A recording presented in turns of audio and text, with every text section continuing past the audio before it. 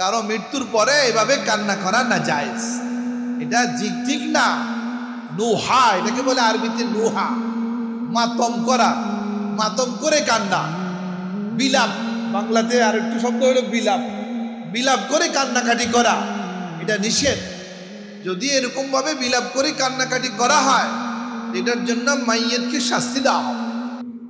এই জন্য প্রত্যেকটা ব্যক্তির দুনিয়া থাকা অবস্থায় তার আত্মীয় স্বজনকে এই ওসিয়ত করে যাওয়া ওয়াজিব যে আমার মৃত্যুর পরে তোমরা কান্নাকাটি করো না, এটা ওসিয়ত করে যাওয়া।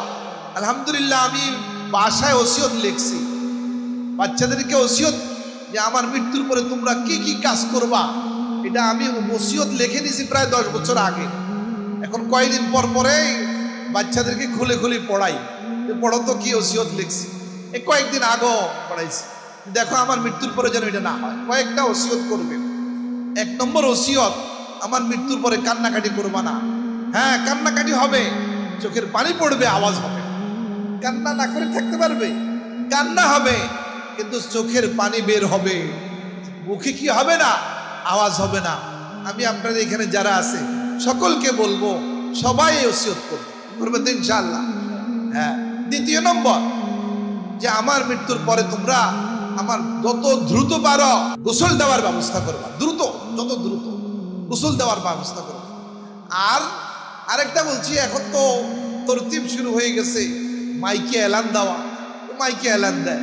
তা আমি আমার ঘরে বলছি যে মাইকে যেন আমার মৃত্যুর এলান দেওয়া না হয়, যে অমুক মসজিদের অমুক হুজুর মারা গেছে এটা যেন বলা না হয়। কেন মানুষ চলে গেছে, আর একে দিয়ে কি হবে, এটা শেষ হয়ে গেছে, একে রাখিও কি লাভ হবে, আর একে নিয়ে এত কিছু করার তো কোনো লাভ নাই। এখন আমাদের অবস্থা হলো, শ্যামপুরের অবস্থা হলো যে মাইকে যদি আওয়াজ না দেওয়া হয় তাহলে ইমাম সাহেবেরও চাকরি থাকবে না।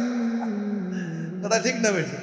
আমি লিখছি যে আমার মাইকে, এরপর দেখা যাবে, হয়ে যাবে, কিন্তু ঠিক না, দরকার নাই। হযরতে আয়েশা রাদিয়াল্লাহু, হযরতে ফাতেমা রাদিয়াল্লাহু তাআলা আনহার মৃত্যুর দিনের খবর হয়ে ঠিক বলার এখন সময় নাই।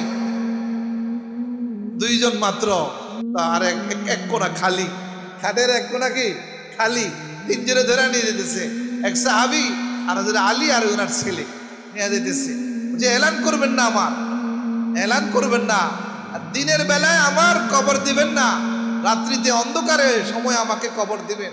হযরত ফাতেমা রাদিয়াল্লাহু তাআলা আনহার এই ওসিয়ত ছিল। গতকালকেও আমাদের ওখানে এক মহিলার ইন্তেকালের এলান হইতেছে।